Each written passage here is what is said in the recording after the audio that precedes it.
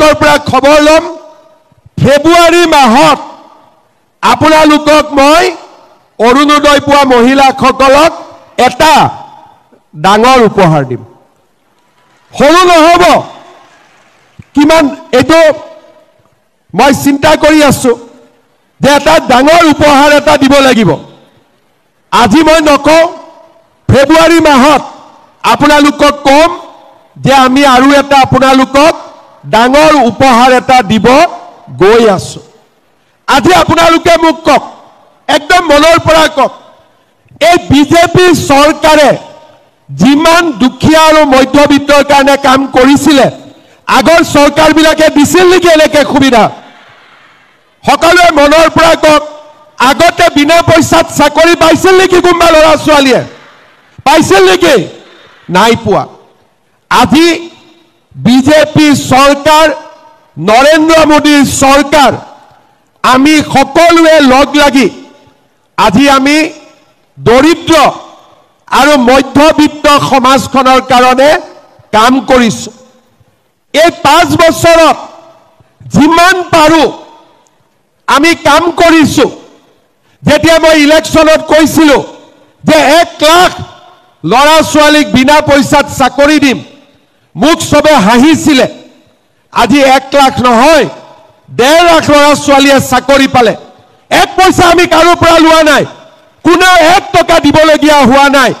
আজি দুখীয়া ঘৰৰ ল'ৰা ছোৱালীয়ে চাকৰি পাইছে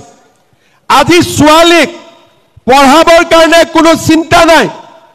আমি ব্যৱস্থা কৰি দিছো এতিয়া মোৰ মনটো ভাল লাগিছে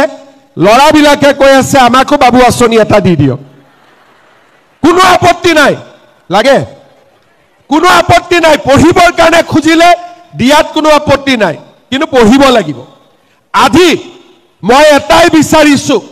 যে পঢ়া শুনা কৰি আমাৰ সমাজখন আগবাঢ়ি যাওক আৰু আজি সুন্দৰভাৱে আমি আগবাঢ়ি গৈছো আজি ইয়াত 30,000 মহিলা কোনবা আগত ভাবিছিল নেকি যে 30,000 আজি 10,000 কৈ টকা পাব কংগ্ৰেছৰ দিনত এনেকে মিটিং হ'ব ট্ৰাকত খুটাৰ লেটা লৈ আহিব ওপৰৰ পৰা দলিয়াই থাকিব যাৰ ভাগ্যত পৰে যদি পৰিলে যাৰ পৰা নাই যদি পৰা নাই কোনবাই লৈ ঘৰত যায় কোনবাই নুলুৱাকৈ দুখত ঘৰত যায় ঘৰৰ মানুহজনে জুকাই গৈছিলি নহয় খুটা আনিব কি পালি সেই কাৰণে আজি মোদীজীয়ে কি কৰিলে যে বেংক একাউণ্ট খুলি দিলে ডাইৰেক্টলি বেংক একাউণ্টত গৈ সোমাই গ'ল সেপ্টেম্বৰত অৰুণোদয় পোৱা নাছিলো পুৰুষ মানুহবিলাকে মোক খুদে মামা অৰুণোদয় কেতিয়া পাব মই বোলো পুৰুষৰ কি কাম অৰুণোদয় মই খুৰিলো আপুনি অৰুণোদয় খবৰ লৈ থাকে নেকি বোলে নহয় নহয় এনে খুৰিছো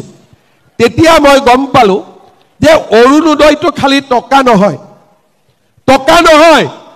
ই মহিলা গৰাকীৰ ঘৰত সন্মানো বৃদ্ধি কৰিছে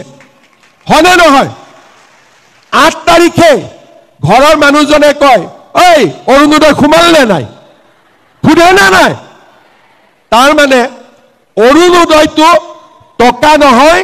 ঘৰত অৰুণোদয়ে মহিলাৰ সন্মান বৃদ্ধি কৰিছে আজি ৰাতিপুৱা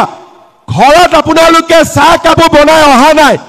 কিন্তু আপত্তি কৰা নাই কাৰণ ঘৰৰ মানুহেও জানে যে মহিলা গৰাকীক চৰকাৰে লাখপতি বাইদেউ বনাব খুজিছে আজি অসমত মহিলাসকলৰ এটা জাগৰণৰ সৃষ্টি হৈছে